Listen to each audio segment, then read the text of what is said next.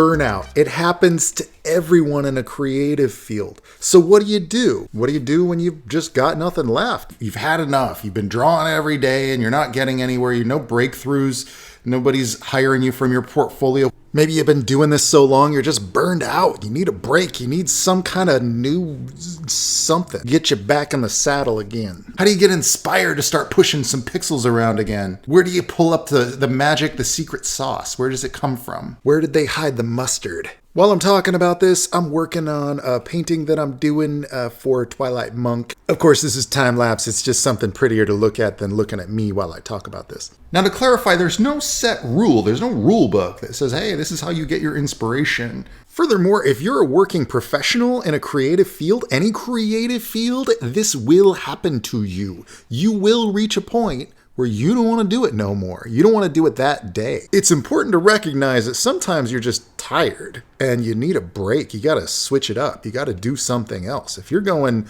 12 hours a day, every day for months on end, you're going to burn out. You're not going to want to do it at some point. So there it is. There's your answer. Take a break. All right, video's done. See you guys later. Now, hold up. Sometimes you just can't take a break. So what do you do if you just got to get back in the saddle? You got to get back in the saddle pronto. Well, what I like to do is at least take a break to rest your eyes. If you're staring at a monitor or something like that, sometimes you need to just let things fester in the background while you're doing other things. Give yourself 10 to 15, okay, maybe 20 minutes. Ask yourself if there's something else that you could move the ball forward with while you ruminate on the problem. This is a good time to hit the gym. It's productive. This is a good time to take the dog for a walk or cook yourself a nice meal or do the dishes or tidy up your house. I like to keep a nice tidy workspace, nice tidy house. I work from home, so there's always something to do around here. A lot of times while you're doing other things, your brain is still working out the problem, even though you're not consciously aware of this. Chris Fox actually talks about how he writes a lot of his novels this way. He'll do his outline in one day, and then he sits on it for 2 weeks. His brain is solving the problem. He's imagining the characters and scenarios, how to figure things out. So when he sits down 2 weeks later, he's already got a bunch of ideas. So stay productive, doing other maintenance things that keep your life healthy and happy and balanced while you rest on the problem if you can. Sometimes I put a painting down for a week, and when I come back to it, I just solve the problem like immediately. It fixed itself almost because I was just thinking about it by accident, unconsciously, while I wasn't even thinking about it. If you're working with a team or if you're working alongside other artists or creatives, it's not a bad idea to let them help you out with solving that problem. A lot of times they need a break from solving their own problems. You might be able to help them with some creative challenge that they're facing right now, and they might be able to help you with yours. It's really an amazing experience to have a team. If you're working completely in an isolation, you're missing out on a lot of things. Even though I freelance, I have my squad of artists and other creatives that I talk with all the time, and we try to find solutions to problems to help each other out. When I was working on Diablo 3, I would sometimes just go around to different departments. Some of these guys that I worked with were thrilled to have the opportunity to influence the concept at the early stages, to say, hey, what about this kind of an armor style? Or, hey, have you seen this tribe and wherever? And look at how they do their headdresses and things like that. And that would sometimes solve the problem for me. Things that I wasn't thinking of, realms that I wasn't spending time in or pulling inspiration from, these guys would present to me. And then I could sort of feed off of their creative energies as well. Inevitably, this type of conversation is going to have to lead to the question of where ideas come from. And this is a very common question that a lot of non-creative or non-artist types will ask. Where do you get your ideas from? And a lot of people don't really let themselves have permission to daydream a bit. We kind of make ourselves grow up a little too fast, and that harms our creative self. It shackles us. And so sometimes we just need permission to watch, when we're watching a film, for instance, to imagine an alternate ending or redesign that spaceship from that one scene. People who work in creative fields tend to eliminate that barrier that most normal jobs require you to put down. So a normal job would require you to put down your daydreaming self and just serve the purpose of that job. And when you're in a creative field, the whole purpose of that job is to embrace and nurture that creative self. So it's almost like you're living a Peter Pan life, you never really have to grow up. I suppose that's sort of the problem with a lot of artists, though. If you embrace too much of your childlike wonder and your imagination, then it's hard to be responsible. I think Jordan Peterson did an interesting breakdown of the mythology of Peter Pan, where he talked about how in our youth we want to stay away from and stay clear of all those things that mean we have to grow up and be responsible. So Peter Pan is sort of like the forever child. Everything in that mythology is about sort of never growing up. But the whole point, I think, in life is to grow up and find responsibility, pay those bills, be an adult, take care of those people whom you love, and be somebody worthy of respect in this world, whilst simultaneously, as we get older, recognizing that the whole point in life is to remember to dream like a child again. So my interpretation of this is that the ideal state for a human is to have the childlike wonder that we possess when we're kids, where we're fearless and imaginative, but we have the sense of responsibility to take care of that which needs to be taken care of. So we're not just running away from problems, we're tackling them head on, we're solving them, and we're taking care of other people and taking care of what needs to get taken care of. We're not infinitely shirking off responsibilities and passing it to someone else. All of that got heavy really fast. And why do I talk about this? Why am I bringing this up?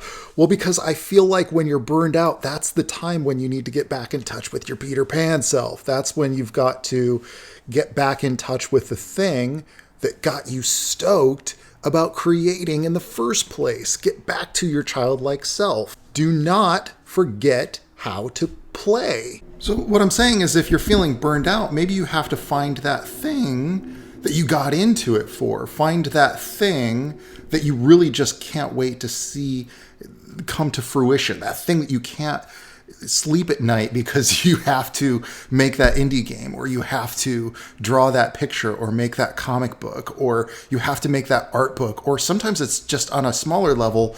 I just want to draw a character that looks like that thing that I always loved. The only unhappy creative people that I know are people who are sort of enslaved to their responsible self. And I know that's a difficult balancing act, but one of the things that I always recommend to people, even if you're working professional, is to have a personal project.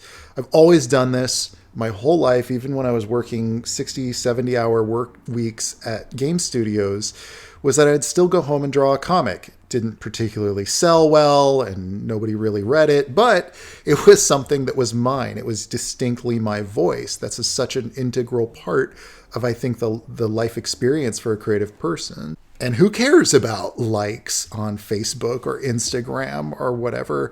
Who cares if you have the X number of subscribers, or this other guy has more subscribers than you, or any of that crap? It doesn't matter when it comes down to your personal sense of expression. Now, I don't know what it's like to be 8 or 10 years old in today's world. I don't think, though, that a 10-year-old who does a drawing cares how many people like it. I think that a 10-year-old that's drawing his favorite car or her favorite character from a show that she likes, I don't think that they care if they get a number of subscribers from it or likes on Instagram. I don't think they care about these things, and I don't want to project too much, but I didn't care that people really liked what I was doing when I was a kid, when I was drawing video game characters, or when I was drawing my comic book characters. It was neat to share with my friends, and I found other creative people in my life because of that thing that I liked to share, because I was expressing something. And that connected me to other people, and that was all that mattered. That was the root of my creative interest. I grew up reading comic books. As my love for comic books grew, I began to realize that it was really just a love of storytelling. I loved to create something that other people could imagine. And not just imagine, but they could see it a little bit more clearly. So it became sort of a personal obsession, like to the point where I couldn't sleep at night because I just had to make a comic book. That love of creating translated into games when I got my first Nintendo. So that's one of my sources of inspiration when I'm burned out. I go back to the games that I played when I was a kid, GoldenEye or Mega Man. If you want to go way back to the roots, what video game are you playing right now? Could you redesign that character in an interesting way? What movies are you watching? Could you draw that character from that movie? Even still frame it. Find a shot when you're watching a movie. Look for something that's particularly gorgeous. Maybe go through your old photo albums, find places that you've seen, places that you've been. If you really don't know what to do, maybe just find something in your room and redraw that or redesign that. As a concept artist, the most effective thing that you can do is find a new way to present an old idea. So you could redesign a television, but think creatively. Let's see, what about if that television was just a holographic display? Well, how would that work? Start to think about the technical aspects of it. Maybe if you geek out on technology, you could dig into how holograms work. How do lenticular displays work? Is there a limitation on it? Is it possible to make a wall size or wallpaper style of television? What would that look like? You could render that. You could paint that. Look out your window. What kind of buildings do you see? Do you see cozy little homes? Do you see kind of massive, ominous-looking towers? Are you living in a city? Are you in a kind of a rough end of town and you would love to see it beautified? You could take anything and take a photograph of it and paint over it. There's total permission for you to geek out. I'm giving you absolute carte blanche. You can do whatever you want with art. And if people don't like it, I think that's the big trick. It's that we get paralyzed by thinking so much about, will people accept this? Will I get likes on it?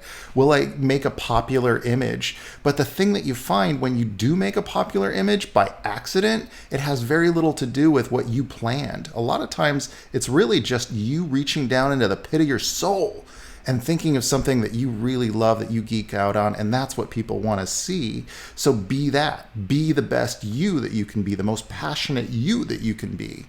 If you're not a professional yet and you're stressing out about not having ideas or being burned out, just don't worry about it so much, man.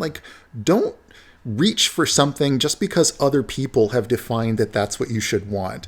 Likes and approval, social approval on some social network doesn't really matter that much when you're early on in your career. Remember to get back to doing it because you love it. Find the thing that you really love about it and just embrace that, be that every step of the way, and the universe will unfold as it should. This is a topic that I could go on for at length for a great period of time. It's also a very personal thing, and it's something that you have to find for yourself. So there's no one size fits all. But I certainly hope that some of these ideas have helped you out with if you're dealing with a little bit of burnout yourself. I know I certainly do sometimes too. And for me, it's I haven't talked about it much, but for me, it's Metal Gear Solid. I love to go back to Metal Gear Solid and just replay that game, and it always gets me stoked. It always gets me excited. Or I'll play Final Fantasy VII or Final Fantasy IX. These are the games that make me feel that, man, there's nothing I'd rather be doing in my life than creating stories, making interesting characters, and aspiring to be a better game developer. So that's my jam, that's my mustard, my secret sauce. What does it for you? What gets you all pumped up to write or draw? And what gets you feeling like that kid again that just wanted to make their dream happen? I'd love to hear about it. Please drop that in the comments below the video. If you're watching this painting and you'd like to dissect a little bit more of my technical process, I do have a collection of tutorials over on my Gumroad channel, and I've also got my brushes available and a lot of really step-by-step kind of breakdowns. If you're a beginner, I've got stuff for you guys over there too, as well as some brushes and all kinds of neato art tools for you to get ahead. So I like to put things in there that'll help you shortcut the process and improve your skills and your techniques, including a bunch of templates and things like that. So if you like that kind of thing, go check that out. Until next time, dudes, I'll catch y'all on the bond. And ciao, baby. Ooh, yeah.